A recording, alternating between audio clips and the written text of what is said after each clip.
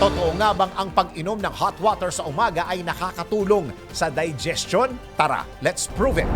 Madalas ang paggising sa umaga, umiinom tayo ng tubig upang hindi ma-dehydrate.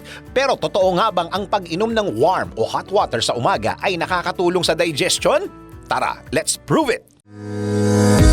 Bago maniwala sa mga claim na yan, patunayan na yan sa Let's Prove It! Ayon sa healthline.com, ang pag-inom ng mainit na tubig sa umaga ay nakakatulong sa iyong digestion at metabolism. Gayon din, nakakatulong ito upang ma-relieve ang iyong nasal congestion, gaya ng running nose at ubo. Sinabi din sa isang pag-aaral noong 2019 na ang pag-inom ng mainit na tubig ay nakakatulong sa iyong nervous system at mood.